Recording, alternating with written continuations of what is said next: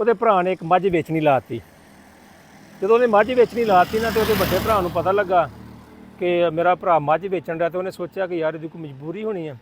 ਉਹਨੇ ਨਾ ਆਪਣੇ ਮੁਲਾਜ਼ਮ ਨੂੰ ਭੇਜਿਆ ਵੀ ਜਾ ਬਈ ਕਾਮਾ ਭੇਜਿਆ ਵੀ ਜਾ ਮੱਝ ਦਾ ਪਤਾ ਕਰ, ਜਿੰਨੇ ਪੈਸੇ ਉਹ ਕਹੂਗਾ ਉਹਨੇ ਦੇ ਕੇ, ਉਹਨੇ ਕੋਈ ਪੈਸਾ ਨਹੀਂ ਘਟਾਉਣਾ, ਜਿੰਨੇ ਦੀ ਉਹ ਕਹੂਗਾ ਉਹਨੇ ਦੀ ਤੂੰ ਲੈ ਕੇ ਆ ਜਾਣੀ ਆ। ਰਿਵਾਜ਼ ਸੀਗਾ ਕਿ ਬਾਦਸ਼ਾਹ ਦੇ ਪੁੱਛਣ ਤੋਂ ਬਗੈਰ ਕੋਈ ਬੰਦਾ ਰੇਟ ਨਹੀਂ ਸੀ ਵਧਾ ਸਕਦਾ। ਉਹਨੇ ਕਿਹਾ ਯਾਰ ਮੈਂ ਰੋਟੀ 10 ਰੁਪਏ ਦੀ ਕਰਨੀ ਤਾਂ ਹੁਣ ਮੈਂ ਕੀ ਕਰਾਂ। ਖੈਰ ਉਹਨੇ ਕਰਨਾ ਕੀ ਸੀ, ਬਾਦਸ਼ਾਹ ਦੇ ਪੇਸ਼ ਹੋ ਗਿਆ। ਬਾਦਸ਼ਾਹ ਨੂੰ ਕਹਿੰਦਾ ਬਾਦਸ਼ਾਹ ਜੀ ਰੋਟੀ ਮੈਂ 10 ਰੁਪਏ ਦੀ ਕਰਨੀ ਹੈ। ਤੇ ਬਾਦਸ਼ਾਹ ਨੇ ਕੋਈ ਗੱਲ ਨਹੀਂ ਕੀਤੀ। ਉਹਨੇ ਕਹੀ ਤੂੰ ਰੋਟੀ 10 ਰੁਪਏ ਦੀ ਨਹੀਂ 30 ਰੁਪਏ ਦੀ ਕਰ। अस्सलाम वालेकुम, की हाल है वीरो? ठीक हो? उम्मीद करते हैं सारे ठीक होणगे। ते तुहाडे सारे दा वेलकम आ तुहाडे अपने लियाकत फ्रेंड ब्लॉग दे विच।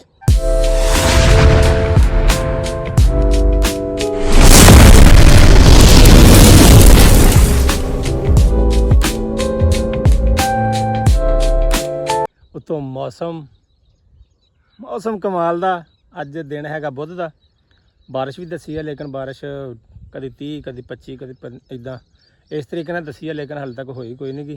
फैसलाबाद चलांगे तो पता लगेगा, क्योंकि 30 किलोमीटर का सफ़र है। हो सकता किते ना किते हो ही जाए। ना ही अल्लाह पाक अपनी रहमत रखे। जो हालात मुल्क के चलन रहे हैं, रावी चढ़ गई, दरिया चनाब चढ़ गया, परले दरिया चढ़ गए। अल्लाह पाक अपनी रहमत रखे। तो अल्लाह पाक को अपनी रहमत की बारिश मंगनी चाहिए है। बाकी जो मेरा सोहना परवरदिगार करता है, ਉਹਦੇ ਵਿੱਚ ਕੋਈ ਭਲਾਈ ਹੁੰਦੀ ਹੈ, ਕੋਈ ਉਹਦੇ ਪਿੱਛੇ ਰਾਜ ਪਸ਼ੀਦਾ ਹੁੰਦੇ ਨੇ ਜਿਹੜੇ ਸਾਨੂੰ ਸਮਝ ਨਹੀਂ ਆਉਂਦੇ, ਉਹ ਬਖੂਬੀ ਸਮਝਦਾ। ਤੇ ਬਾਕੀ ਜੀ ਅਸੀਂ ਆਪਣੇ ਰੱਬ ਤੋਂ ਰਹਿਮਤ ਮੰਗਾਂਗੇ, ਅੱਲਾਹ ਪਾਕ ਆਪਣੀ ਰਹਿਮਤ ਰੱਖੇ। ਅੱਜ ਦੇ ਵਲੌਗ ਦਾ ਕਰਦੇ ਹਾਂ ਆਗਾਜ਼, ਚੱਲਦੇ ਹਾਂ ਆਪਣੇ ਆਫਿਸ, ਨਿਕਲਦੇ ਹਾਂ ਇੱਥੋਂ ਫੈਸਲਾਬਾਦ, ਪਹੁੰਚਦੇ ਹਾਂ ਆਪਣੇ ਯਾਰਾਂ ਦੋਸਤਾਂ ਨੂੰ ਮਿਲਾਂਗੇ, ਕੀ ਪਲਾਨ ਆ, ਕੀ ਅੱਜ ਦੀ ਵੀਡੀਓ ਕੀ ਨਹੀਂ, ਉਹ ਤੁਹਾਡੇ ਨਾਲ ਜ਼ਰੂਰ ਸ਼ੇਅਰ ਕਰਾਂਗੇ।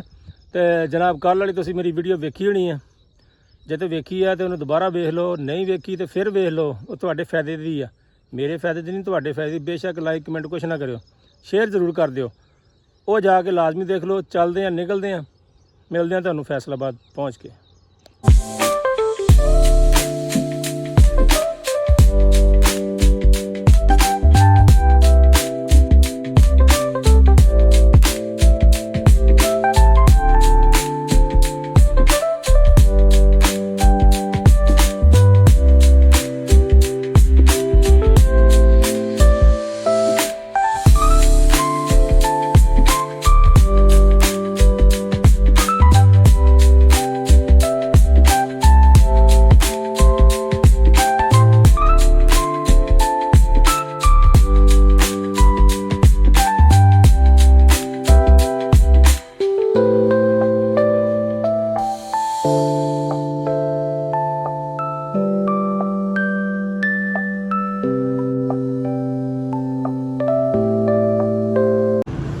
पहुँच गए भाई अपने उस जगह से फैसलाबाद।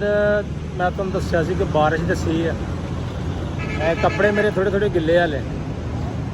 तो जो उत्थे तो नहीं हो रही, अगे निकलिया तो अगे बारिश हो रही थी, हल्की हल्की शुरू हुई, फिर हट गई, फिर कोई नहीं, फिर सुक्का, फिर ढुडियाने तो लैके तो अब्दुल्ला पुल तक बारिश थी। तो इत्थे तो इस टाइम कोई नहीं गी, खाली हर चीज़।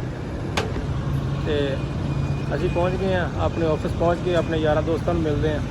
तो फिर तुहाडे नाल गलबात करते हैं, जिहड़ी कोई नवीं ताज़ी जो भी है तुहाडे नाल शेयर करांगे। यह हैगा जी चन्योड़ बाज़ार का इशारा, अगे आ घंटा घर, ठीक है। अच्छा जी, मैं 2-3 तुहाडे नाल गल्लां शेयर करनियां। अज फैसलाबाद दे विच ना तो व्लॉग बनाया, ना कोई गल ना बात, काम ही कोई इदां दा सीगा, मोबाइल कट्टण दा टाइम ही नहीं लगा। अच्छा तुहानूं मैं दसदा, 2 गल्लां दसांगा बड़ियां काम दियां जे। एक तो मैं तुहानूं दसदा कि अगर दोवां भरावां दे विच प्यार मुहब्बत होवे ना, तो वो किते ना किते जरूर काम आउंदे। ते उन्हां दे काम आउण दे तरीके भी कुछ लैदा हुंदे। ते बंदे दी जिंदगी अगर भरा नस्ली होण ना, तो बंदे नूं कदी मार नहीं आउंदी। इसलिए ना एक बंदे दे 2 पुत्तर सीगे, 2 पुत्तर बच्चे सीगे। बच्चे हुंदियां हुंदियां बड्डे हुंदियां जवान हो गए। जवान होए तो उस बंदे ने उन्हां दियां शादियां करतियां। शादियां करन तो बाद उन्हां दी अपनी अपनी औलाद होई आ। एक छोटा भरा सी, उहदे 2 बेटियां हो गईयां। जिहड़ा वड्डा भरा सी, उहदे 2 बेटे हो गए। अच्छा तुहानूं पता ही है अजकल दे दौर दे विच जदों बच्चे हो जाण ना, तो फिर हर भरा शुरू तो चलदा आ रहा अलहदा हो गया, लेकिन प्यार मुहब्बत ना होए, लड़ाई झगड़े ना नहीं होए। छोटा भरा अलहदा हो गया, वड्डा भरा अलहदा हो गया। वड्डे भरा ने बच्चे 2 पढ़े, ਉਹ ਪੜ੍ਹ ਕੇ ਚਲ ਗਏ ਬਾਹਰ। ਤੇ ਜਿਹੜਾ ਛੋਟਾ ਸੀ ਉਹਦੀਆਂ 2 ਬੇਟੀਆਂ ਸੀਗੀਆਂ, ਬੇਟੀਆਂ ਵੀ ਮਾਸ਼ਾਅੱਲਾ ਪੜ੍ਹੀਆਂ। ਅੱਛਾ, ਕਰਨੀ ਖੁਦਾ ਦੀ ਕਿ ਉਹ ਜਿਹੜਾ ਵੱਡਾ ਭਰਾ ਸੀ ਨਾ, ਉਹਦੇ ਜਿਹੜੇ 2 ਪੁੱਤਰ ਬਾਹਰ ਸੀ, ਉਹਨਾਂ ਨੇ ਪੈਸੇ ਭੇਜੇ ਪਿਓ ਨੇ ਪਿੰਡ ਦੇ ਵਿੱਚ, ਚੰਗੀ ਕੋਠੀ ਪਾ, ਕੋਈ ਡੰਗਰ ਡੁੰਗਰ ਰੱਖ, ਮੱਝਾਂ ਗਾਵਾਂ, ਤੇ ਆਪਣੇ ਜਨਾਬ ਨੌਕਰ ਚਾਕਰ ਸਾਰੇ ਰੱਖ ਲਏ। ਮਾਸ਼ਾਅੱਲਾ ਸੋਹਣੀ ਜ਼ਿੰਦਗੀ ਗੁਜ਼ਾਰਿਆ, ਚਿੱਟਾ ਸੂਟ ਪਾ ਕੇ ਫਿਰਨਾ। ਪਿੰਡ ਵਾਲਿਆਂ ਨੇ ਵੇਖਿਆ, ਤੁਹਾਨੂੰ ਪਤਾ ਜਦੋਂ ਕੋਈ 4 ਆਨੇ ਹੋਣ ਨਾ, ਇੱਜ਼ਤ ਵੀ ਪਿੰਡਾਂ ਦੇ ਵਿੱਚ ਉਹਨਾਂ ਦੀ ਕਰਦੇ ਨੇ। ਉਹਨਾਂ ਨੇ ਕੀ ਚੱਕਿਆ, ਉਹਨੂੰ ਚੱਕ ਕੇ ਚੌਧਰੀ ਬਣਾਤਾ ਵੀ ਚੌਧਰੀ, ਕੋਈ ਵੀ ਪਿੰਡ ਦਾ ਫੈਸਲਾ ਹੋਣਾ ਤੇ ਉਹ ਵੱਡੇ ਭਰਾ ਨੇ ਕਰਨਾ। ਇੱਕ ਦਿਨ ਨਾ ਉਹਦੇ ਭਰਾ ਨੇ ਇੱਕ ਮੱਝ ਵੇਚਣੀ ਲਾਤੀ। ਜਦੋਂ ਉਹਨੇ ਮੱਝ ਵੇਚਣੀ ਲਾਤੀ ਨਾ, ਤੇ ਉਹਦੇ ਵੱਡੇ ਭਰਾ ਨੂੰ ਪਤਾ ਲੱਗਾ ਕਿ ਮੇਰਾ ਭਰਾ ਮੱਝ ਵੇਚਣ ਡਿਆ, ਤੇ ਉਹਨੇ ਸੋਚਿਆ ਕਿ ਯਾਰ ਇਹਦੀ ਕੋਈ ਮਜਬੂਰੀ ਹੋਣੀ ਆ। ਉਹਨੇ ਨਾ ਆਪਣੇ ਮੁਲਾਜ਼ਮ ਨੂੰ ਭੇਜਿਆ ਵੀ ਜਾ ਵੀ ਕਾਮਾ ਭੇਜਿਆ ਵੀ ਜਾ ਮੱਝ ਦਾ ਪਤਾ ਕਰ, ਜਿੰਨੇ ਪੈਸੇ ਉਹ ਕਹੂਗਾ ਉਹਨੇ ਦੇ ਕੇ, ਉਹਨੇ ਕੋਈ ਪੈਸਾ ਨਹੀਂ ਘਟਾਉਣਾ, ਜਿੰਨੇ ਦੀ ਉਹ ਕਹੂਗਾ ਉਹਨੇ ਦੀ ਤੂੰ ਲੈ ਕੇ ਆ ਜਾਣੀ ਆ। ਖੈਰ ਉਹ ਗਿਆ, ਕਾਮਾ ਉਹਦੇ ਕੋਲ ਗਿਆ, ਉਹਨੇ ਜਾ ਕੇ ਪੁੱਛਿਆ ਵੀ ਭਈਆ ਪਤਾ ਲੱਗਾ ਕਿ ਤੁਸੀਂ ਮੱਝ ਵੇਚ ਰਹੇ ਹੋ? ਉਹਨੇ ਕਿਹਾ ਹਾਂਜੀ ਭਾਈ ਮੱਝ ਵੇਚ ਰਿਹਾ। ਉਹਨੇ ਕਿਹਾ ਕਿੰਨੇ ਪੈਸੇ? ਉਹਨੇ ਕਿਹਾ ਜੀ 4 ਲੱਖ ਰੁਪਈਆ। ਉਹਨੇ ਕਿਹਾ ਜੀ ਚਲੋ ਠੀਕ ਆ, ਮੱਝ ਤੁਹਾਡੀ ਸੋਹਣੀ ਆ। ਰੱਸਾ ਖੋਲ੍ਹਿਆ, ਉਹਨੇ ਕਿਹਾ ਮੈਂ ਰੱਸਾ ਫੜ ਕੇ ਅੱਗੇ ਚੱਲਦਾ, ਮੇਰੇ ਨਾਲ ਆ ਜਾਓ ਤੇ ਆਪਣੇ ਆ ਕੇ ਸਾਡੇ ਕੋਲ ਪੈਸੇ ਵੀ ਲੈ ਲਓ। ਉਹਨੇ ਰੱਸਾ ਫੜਿਆ, ਰੱਸਾ ਫੜ ਕੇ ਤੇ ਅੱਗੇ ਕੇ ਤੁਰ ਪਿਆ, ਪਿੱਛੇ ਉਹ ਛੋਟਾ ਉਹਦਾ ਭਰਾ। ਮੱਝ ਲੈ ਕੇ ਪਹੁੰਚ ਗਏ। ਮੱਝ ਜਦੋਂ ਉੱਥੇ ਪਹੁੰਚ ਗਈ, ਉਹ ਆਪਣੇ ਡੇਰੇ 'ਚ ਜਾ ਕੇ ਵੜਿਆ ਆਪਣੇ ਭਰਾ ਦੇ ਡੇਰਾ, ਤੇ ਵੇਖਿਆ ਮਾਸ਼ਾਅੱਲਾ ਬੜਾ ਖੂਬਸੂਰਤ, ਤੇ ਬੰਦੇ ਉੱਥੇ ਕਾਫੀ ਸਾਰੇ ਬੰਦੇ ਵੀ ਆ ਕੇ ਬੈਠੇ ਸੀ। ਉਹਨੇ ਆਪਣਾ ਫੈਸਲਾ ਕਰਾਉਣਾ ਸੀ। ਗੱਲ ਮੇਰੀ ਯਾਦ ਰੱਖਿਓ ਇੱਥੇ ਕਿ ਬੰਦਿਆਂ ਨੇ ਫੈਸਲਾ ਕਰਾਉਣ ਆਏ ਸੀ ਉਹਦੇ ਕੋਲੋਂ। ਜਦੋਂ ਉਹਨੇ ਵੇਖਣਾ ਕਿ ਮੇਰਾ ਭਰਾ ਮੇਰੀ ਹਵੇਲੀ 'ਚ ਵੜਾ ਹੈ, ਤੇ ਉੱਠ ਕੇ ਖੜਾ ਹੋਇਆ, ਜਾ ਕੇ ਆਪਣੇ ਭਰਾ ਨੂੰ ਹੱਥ ਕੇ ਮਿਲਿਆ, ਜੱਫੀ ਜੁੱਫੀ ਪਾਈ, ਗਲੇ ਲਾਇਆ, ਤੇ ਉਹਨੇ ਕਿਹਾ ਜੀ ਆ 4 ਲੱਖ ਰੁਪਏ ਦੀ ਮੱਝ ਲੈ ਕੇ ਆਇਆ। ਕਾਮੇ ਨੇ ਪੁੱਛਿਆ ਵੀ ਹਾਂਜੀ ਸਾਡੇ 4 ਲੱਖ ਦੀ। ਉਹਨੇ ਵੇਖਿਆ, ਉਹਨੇ ਕਿਹਾ ਐਂ ਘੁੰਮਿਆ, ਉਹਨੇ ਕਿਹਾ ਮੱਝ ਓਏ ਉਹ ਮੱਝ ਤੇਰੀ 5 ਲੱਖ ਦੀ ਆ, ਤੂੰ 4 ਲੱਖ ਦੀ ਕਹਿਤੀ ਆ, ਤੈਨੂੰ ਮੱਝ ਦਾ ਪਤਾ ਨਹੀਂ, ਇਹਨਾਂ ਗੱਲਾਂ ਤੋਂ ਤੂੰ ਪਿੱਛੇ ਆ, ਮੱਝ ਤੇਰੀ 5 ਲੱਖ ਦੀ ਆ। ਉਹਨੇ ਕਿਹਾ ਅੱਛਾ ਭਰਾਵਾ, ਜੇ ਤੈਨੂੰ 5 ਲੱਖ ਦੀ ਠੀਕ ਲੱਗਦੀ ਤੂੰ ਮੈਨੂੰ 5 ਲੱਖ ਰੁਪਈਆ ਦੇ। ਉਹਨੇ ਕਿਹਾ ਚਲੋ ਠੀਕ ਹੋ ਗਿਆ। ਉਹਨੇ ਇਹਦਾ ਮੱਝ ਦੇ ਆਲੇ ਦੁਆਲੇ ਗੇੜਾ ਕੱਢਿਆ। ਜਦੋਂ ਆਪਾਂ ਉਹਦਾ ਚੱਡਾ ਵੇਖਿਆ ਨਾ ਮੱਝ ਦਾ, ਤੇ ਉਹਨੇ ਕਿਹਾ ਮਾਸ਼ਾਅੱਲਾ ਜੀ ਮਾਸ਼ਾਅੱਲਾ, ਉਹ ਇਹਦਾ ਚੱਡਾ ਵੇਖ ਤੂੰ ਪਤਾ ਨਹੀਂ ਕੀ। ਉਹ ਮੇਰੀਆਂ ਜਿਹੜੀਆਂ ਮੱਝਾਂ ਉੱਥੇ ਖਲੋਤੀਆਂ ਨੇ ਨਾ, ਉਹ ਸਾਰੀਆਂ ਮੈਂ 6-6 ਲੱਖ ਦੀਆਂ ਲੈ ਕੇ ਆਇਆ, ਤੇ ਇਹਨਾਂ ਤੋਂ ਭੈੜੀਆਂ ਨੇ, ਤੇ ਤੂੰ ਰੇਟ ਸਾਰਾ 4 ਲੱਖ ਰੁਪਈਆ ਲਾਇਆ, 6 ਲੱਖ ਦੀ ਤੇਰੀ ਮੱਝ ਆ। ਇਸੇ ਕਰਕੇ ਮੇਰੇ ਕੰਮ ਨੇ ਤੇਰੇ ਕੋਲ ਪੈਸੇ ਨਹੀਂ ਘਟਾਏ, ਕਿਉਂਕਿ ਉਹਨੂੰ ਮੁਨਾਫਾ ਹੋਣ ਡਿਆ ਸੀ। ਉਹਨੇ ਚੁੱਪ ਕਰਕੇ ਰੱਸਾ ਖੋਲ ਕੇ ਉਹ ਲੈ ਆਇਆ, ਤੇਰੀ ਮੱਝ ਤੇ ਆ 6 ਲੱਖ ਦੀ। ਉਹਨੇ ਕਿਹਾ, ਭਰਾ ਨੇ ਸੋਚਿਆ, ਉਹਨੇ ਕਿਹਾ ਅੱਛਾ ਯਾਰ ਹੋ ਸਕਦਾ ਮੈਨੂੰ ਨਾ ਪਤਾ ਲੱਗਾ ਹੋਵੇ। ਉਹਨੇ ਕਿਹਾ ਅੱਛਾ ਭਰਾਵਾ, ਜੇ 6 ਲੱਖ ਦੀ ਆ ਤੇ ਚਲੋ 6 ਲੱਖ ਰੁਪਈਆ ਦੇ ਦੇ। ਉਹਨੇ ਕਿਹਾ ਨਹੀਂ, ਮੈਂ ਇੱਕ ਵਾਰੀ ਇਹਨੂੰ ਚੋ ਕੇ ਤੇ ਵੇਖ ਲਾਂ। ਹੁਣ ਉਹ ਜਿਹੜੇ ਬੰਦੇ ਫੈਸਲਾ ਕਰਾਉਣ ਆਏ ਸੀ ਨਾ, ਉਹ ਵੀ ਬੈਠੇ ਉੱਥੇ ਵੇਖਣ ਡਏ ਨੇ।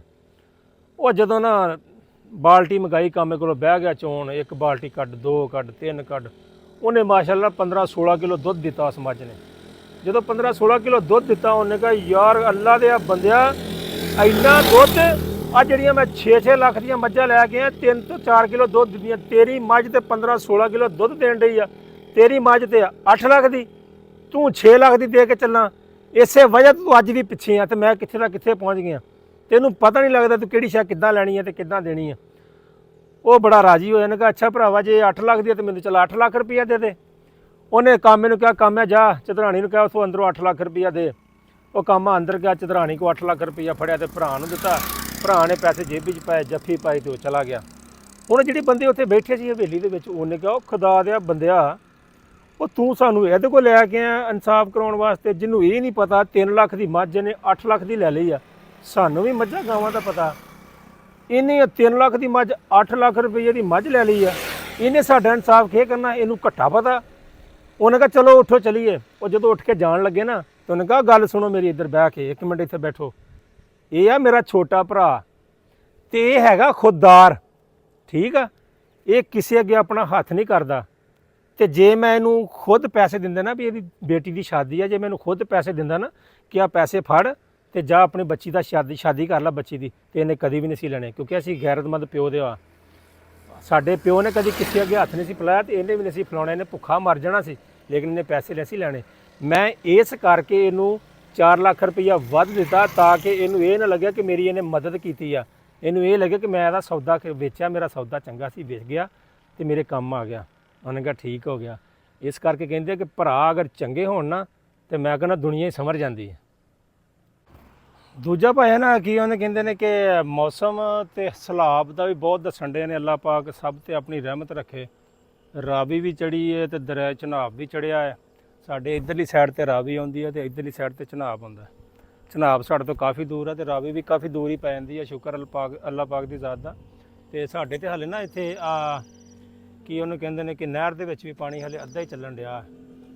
ਤੇ ਇੱਥੋਂ ਵੀ ਤਕਰੀਬਨ ਰਾਵੀ ਸਾਨੂੰ ਜ਼ਿਆਦਾ ਵੀ ਪੈਂਦੀ ਆ ਨਾ, ਤੇ ਜ਼ਿਆਦਾ ਤਕਰੀਬਨ ਸਾਨੂੰ ਉੱਧਰ ਪੈਂਦੀ ਆ ਕਾਫੀ ਕਿਲੋਮੀਟਰ ਬਣ ਜਾਂਦੇ ਨੇ, 30 40 ਜਾਂ 50 ਕਿਲੋਮੀਟਰ ਤੱਕ ਦੂਰ ਹੋਣੀ ਆ। ਤੇ ਇਸ ਕਰਕੇ ਇੱਧਰ ਤੇ ਫਿਲਹਾਲ ਬਚਤ ਹੀ ਆ। ਤੇ ਬਾਕੀ ਜਿੱਧਰ ਪਾਣੀ ਆਇਆ ਅੱਲਾ ਪਾਕ ਉਹਨਾਂ ਦੇ ਰਹਿਮਤਾਂ ਕਰੇ ਆਪਣੀਆਂ, ਅੱਲਾ ਪਾਕ ਤੇ ਰਹਿਮਤ ਰੱਖੇ। ਲੋਕਾਂ ਦੇ ਨੁਕਸਾਨ ਬਚਣ, ਨੁਕਸਾਨ ਬਹੁਤ ਜ਼ਿਆਦਾ ਹੋਣ ਦੇ ਨੇ ਜਿੱਥੇ ਜਿੱਥੇ ਪਾਣੀ ਆਇਆ। ਤੇ ਬਾਏ ਟਾਈਮ ਲੋਕ ਫੋਨ ਕਰਦੇ ਨੇ ਜੀ ਉਹ ਸਾਡੇ ਹਕੂਮਤ ਕੁਛ ਨਹੀਂ ਕਰਦੀ। ਇੰਨੇ ਪਾਣੀ ਦੇ ਵਿੱਚ ਹਕੂਮਤ ਨੇ ਕੀ ਕਰਨਾ ਹੈ? ਜਿੰਨੀ ਕੋਈ ਹੈਲਪ ਕਰਦੀ ਉਹਨਾਂ ਨੇ ਤਾਂ ਕਰਨੀ ਹੈ। ਤੇ ਬਾਕੀ ਜਿਹੜਾ ਕਹਿੰਦੇ ਨਾ ਕਿ ਹਕੂਮਤ ਕੁਛ ਮਰ ਗਈ ਥਾਂ ਤੇ ਇਹ ਉਹ, ਹਕੂਮਤ ਇੱਥੇ ਤੇ ਹਰ ਪਾਸੇ ਨਾ ਆਪਣੀ ਮਦਦ ਆਪ ਦੇ ਤਹਿਤ, ਆਪਣੇ ਰਾਤ ਨੂੰ ਦਿਨ ਨੂੰ ਅਗਰ ਕਿਤੇ ਅਲਾਰਮ ਵੱਜਦਾ ਤੇ ਆਪਣਾ ਉਹ ਤੁਸੀਂ ਕੀ ਉਹਨੂੰ ਕਹਿੰਦੇ ਨੇ ਕਿ ਅਲਾਰਮ ਜਦੋਂ ਵੱਜੇ ਉਦੋਂ ਆਪੋ ਆਪਣਾ ਇਹਤਿਆਤ ਕਰਨੀ ਸ਼ੁਰੂ ਕਰ ਦਿਓ। ਤੇ ਅੱਲਾ ਪਾਕ ਸਭ ਤੇ ਆਪਣੀ ਰਹਿਮਤ ਰੱਖੇ। ਅੱਜ ਤੋਂ 24 ਜਾਂ 48 ਘੰਟੇ ਦਾ ਰੱਖਣ ਡਿਆ ਨੇ ਕਿ ਪਾਣੀ ਗੁਜ਼ਰਨਾ। ਅੱਲਾ ਪਾਕ ਸਭ ਤੇ ਆਪਣੀ ਰਹਿਮਤ ਰੱਖੇ। ਤੇ ਦੂਜੀ ਗੱਲ ਮੈਂ ਤੁਹਾਨੂੰ ਇਹ ਸੁਣਾਉਣਾ ਕਿ ਇੱਕ ਨਾ ਹਕੂਮਤ ਦੇ ਬਾਰੇ ਤੇ ਨਹੀਂ, ਵੈਸੇ ਤੁਹਾਨੂੰ ਗੱਲ ਦੱਸ ਰਿਹਾ ਕਿ ਇੱਕ ਤੰਦੂਰ ਵਾਲੇ ਬੰਦੇ ਨੇ ਨਾ ਆਪਣੇ 5 ਰੁਪਏ ਦੀ ਰੋਟੀ ਦਿੰਦਾ ਸੀ, ਉਹਨੇ 10 ਰੁਪਏ ਦੀ ਕਰਨੀ ਸੀ। ਕਿਸੇ ਦੌਰ ਦੀ ਗੱਲ ਆ। ਤੇ ਆਜੋ ਤੁਸੀਂ ਵੀ ਬਣਾ ਲਓ ਟਿਕਟੌਕ। ਭਾਈ ਕਹਿੰਦੇ ਤੁਸੀਂ ਟਿਕਟੌਕ ਬਣਾਉਂਦੇ ਆ, ਰੋਜ਼ ਇੱਥੇ ਬੈਠਾ ਹੁੰਦਾ। ਤੇ ਮੈਂ ਭਾਈ ਇੱਥੇ ਬਹਿ ਕੇ ਆਪਣਾ ਜਦੋਂ ਘਰ ਜਾਂਦਾ ਵੇ ਤਾਂ ਮੈਂ ਬਣਾਉਣੀ ਹੁੰਦੀ ਹੈ। ਤੇ ਉਹ ਬਾਦਸ਼ਾਹ ਨੇ ਨਾ ਉਦੋਂ ਰਿਵਾਜ਼ ਸੀਗਾ ਕਿ ਬਾਦਸ਼ਾਹ ਦੇ ਪੁੱਛਣ ਤੋਂ ਬਗੈਰ ਕੋਈ ਬੰਦਾ ਰੇਟ ਨਹੀਂ ਸੀ ਵਧਾ ਸਕਦਾ। ਉਹਨੇ ਕਿਹਾ ਯਾਰ ਮੈਂ ਰੋਟੀ 10 ਰੁਪਏ ਦੀ ਕਰਨੀ, ਤਾਂ ਹੁਣ ਮੈਂ ਕੀ ਕਰਾਂ? ਖੈਰ ਉਹਨੇ ਕਰਨਾ ਕੀ ਸੀ, ਬਾਦਸ਼ਾਹ ਦੇ ਪੇਸ਼ ਹੋ ਗਿਆ। ਬਾਦਸ਼ਾਹ ਨੂੰ ਕਹਿੰਦਾ ਬਾਦਸ਼ਾਹ ਜੀ ਰੋਟੀ ਮੈਂ 10 ਰੁਪਏ ਦੀ ਕਰਨੀ ਹੈ। ਤੇ ਬਾਦਸ਼ਾਹ ਨੇ ਕੋਈ ਗੱਲ ਨਹੀਂ ਕੀਤੀ। ਉਹਨੇ ਕਹੀ ਤੂੰ ਰੋਟੀ 10 ਰੁਪਏ ਦੀ ਨਹੀਂ 30 ਰੁਪਏ ਦੀ ਕਰ। ਉਹਨੇ ਕਿਹਾ ਬਾਦਸ਼ਾਹ ਸਲਾਮਤ, ਅਗਰ ਮੈਂ 30 ਰੁਪਏ ਦੀ ਕਰ ਦਿੱਤੀ ਮੇਰੇ ਤੇ ਸਵੇਰ ਨੂੰ ਇੱਥੇ ਕਲਫਿਊ ਨਾ ਆਫਰ ਹੋ ਜਾਣਾ, ਮੈਨੂੰ ਤੇ ਕਿਸੇ ਬੰਦੇ ਨੇ ਜੀਣ ਨਹੀਂ ਦੇਣਾ। ਉਹਨੇ ਕਿਹਾ ਕੋਈ ਨਹੀਂ ਮੈਂ ਬੈਠਾ ਨਹੀਂ, ਮੈਂ ਕਾਹਦੇ ਵਾਸਤੇ ਬੈਠਾ। ਉਹਨੇ ਕਿਹਾ ਚੱਲ ਤੂੰ 30 ਰੁਪਏ ਦੀ ਕਰ ਦੇ। ਉਹਨੇ ਕੀ ਕੀਤਾ ਜੀ, ਰੋਟੀ ਦਾ ਐਲਾਨ 30 ਰੁਪਏ ਕਰਤਾ। ਦਿਨ ਚੜ੍ਹਿਆ ਤੇ ਪੂਰਾ ਮੁਲਕ ਹੀ ਤੁਰਿਆ ਫਿਰੇ, ਪੂਰਾ ਇਲਾਕਾ ਹੀ ਨੱਸਾ ਭੱਜਾ ਫਿਰੇ ਵੀ ਰੋਟੀ 30 ਰੁਪਏ ਦੀ ਹੋ ਗਈ, ਅਸੀਂ ਭੁੱਖੇ ਮਰ ਜਾਣਾ ਇਹ ਤੇ ਉਹ। ਬਾਦਸ਼ਾਹ ਦੀ ਅਦਾਲਤ 'ਚ ਪੇਸ਼ ਹੋ ਕੇ ਬਾਦਸ਼ਾਹ ਨੂੰ ਜਾ ਕੇ ਦੱਸਿਆ ਵੀ ਰੋਟੀ 30 ਰੁਪਏ ਦੀ ਕਰਤੀ ਆ। ਬਾਦਸ਼ਾਹ ਨੇ ਕਿਹਾ ਜੀ ਉਸ ਲਾਂਗਰੀ ਨੂੰ ਬਣਾ ਕੇ ਲਿਆਓ। ਲਾਂਗਰੀ ਨੂੰ ਬੁਲਾ ਕੇ ਲਿਆਂਦਾ। ਉਹਨੇ ਕਿਹਾ ਹਾਂ ਬਈ ਤੂੰ ਕੀ ਚਾਹੁੰਦਾ ਸਾਡੀ ਰਿਆਇਆ ਭੁੱਖੀ ਮਰ ਜੇ? ਮੈਂ ਆਪਣੇ ਦੌਰ ਦੇ ਵਿੱਚ ਆਪਣੇ ਹੁੰਦਿਆਂ ਸੁਣਦਿਆਂ ਇਹ ਤੈਨੂੰ ਕੁਛ ਨਹੀਂ ਕਰਨ ਦੇ ਸਕਦਾ। ਤੈਨੂੰ ਮੈਂ ਸਰ ਕਲਮ ਕਰ ਦਿਆਂਗਾ। ਤੂੰ ਰੇਟ ਨਹੀਂ ਵਧਾ ਸਕਦਾ। ਅਗਰ ਰੋਟੀ ਕਰਨੀ ਹੈ ਤੇ ਹਾਫ ਕਰ, ਅੱਧੀ ਕੀਮਤ 'ਚ ਦੇ, ਪੂਰੀ ਕੀਮਤ 'ਚ ਨਹੀਂ ਦੇਣੀ, ਅੱਧੀ 'ਚ ਦੇ। ਉਹ ਜਦੋਂ ਉਹਨੇ ਕਿਹਾ ਜੀ ਠੀਕ ਆ ਜੀ ਮੈਂ ਅੱਧੀ ਕੀਮਤ 'ਚ ਦਿਆਂਗਾ, ਤੇ ਆਵਾਮ ਲੱਗ ਪਈ ਜੀ ਬਾਦਸ਼ਾਹ ਸਲਾਮਤ ਜਿੰਦਾਬਾਦ, ਬਾਦਸ਼ਾਹ ਸਲਾਮਤ ਜਿੰਦਾਬਾਦ। ਰੋਟੀ ਹੋ ਗਈ, ਉਹਨੇ 10 ਰੁਪਏ ਦੀ ਕਰਨੀ ਸੀ, ਰੋਟੀ ਹੋ ਗਈ 15 ਰੁਪਏ ਦੀ। ਇਹ ਸਾਡੇ ਤੁਸੀਂ ਦੱਸਣਾ ਹੈ ਕਮੈਂਟ ਦੇ ਵਿੱਚ ਕਿ ਇਹ ਆਵਾਮ ਕਿਹੜੀ ਸੀ ਹੈ। ਤੇ ਆਪਣੀ ਦੂਜੀ ਲੋਕੇਸ਼ਨ 'ਤੇ ਪਹੁੰਚੇ ਖਲੋਤੇ ਹਾਂ ਜਿੱਥੇ ਅਸੀਂ ਵਲੋਗ ਐਂਡ ਕਰਦੇ ਹਾਂ। ਉਸ ਲੋਕੇਸ਼ਨ 'ਤੇ ਪਹੁੰਚੇ ਹਾਂ। ਤੇ ਭਾਈ ਜਾਨ ਵਲੋਗ ਅੱਜ ਦਾ ਸਾਡਾ ਇੰਨਾ ਕੀ ਸੀਗਾ। ਜਿੰਨਾ ਵੀ ਤੁਸੀਂ ਵੇਖਿਆ ਅੱਲਾ ਪਾਕ ਤੁਹਾਡੇ 'ਤੇ ਵੀ ਰਹਿਮਤਾਂ ਕਰੇ, ਕਿਉਂਕਿ ਮੌਸਮ ਹੀ ਇੱਦਾਂ ਦੇ ਚੱਲਣ ਦੇ ਨੇ। ਸਾਡੇ ਤੇ ਫਿਲਹਾਲ ਉਹ ਸੂਰਜ ਨਜ਼ਰ ਆ ਰਿਹਾ ਕਿਤੇ, ਉਹ ਵੇਖੋ ਕਦੀ ਨਿਕਲ ਆਉਂਦਾ ਤੇ ਕਦੀ ਚੌਰੀ ਸਾਹਿਬ ਚੱਲ ਜਾਂਦੇ ਨੇ। ਤੇ ਹਵਾ ਠੰਡੀ ਚੱਲ ਰਹੀ ਹੈ। ਤੇ ਉਮੀਦ ਕਰਦੇ ਹਾਂ ਵਲੋਗ ਚੰਗਾ ਲੱਗਾ ਹੋਇਆ। ਅਗਰ ਚੰਗਾ ਲੱਗਾ ਤੇ ਲਾਈਕ ਕਮੈਂਟ ਸ਼ੇਅਰ ਸਾਰਾ ਕੁਝ ਕਰਕੇ ਬੈਲ ਆਈਕਨ ਦੇ ਬਟਨ ਨੂੰ ਪ੍ਰੈਸ ਕਰ ਦਿਓ ਤਾਂ ਕਿ ਸਾਡੀ ਨਵੀਂ ਆਉਣ ਵਾਲੀ ਵੀਡੀਓ ਤੁਹਾਡੇ ਤੱਕ ਜਲਦੀ ਪਹੁੰਚ ਸਕੇ। ਮਿਲਦੇ ਹਾਂ ਤੁਹਾਨੂੰ ਆਪਣੇ ਅਗਲੇ ਵਲੋਗ ਦੇ ਵਿੱਚ। ਆਪਣੀਆਂ ਦੁਆਵਾਂ ਯਾਦ ਰੱਖਿਓ। ਅੱਲਾ ਹਾਫਿਜ਼।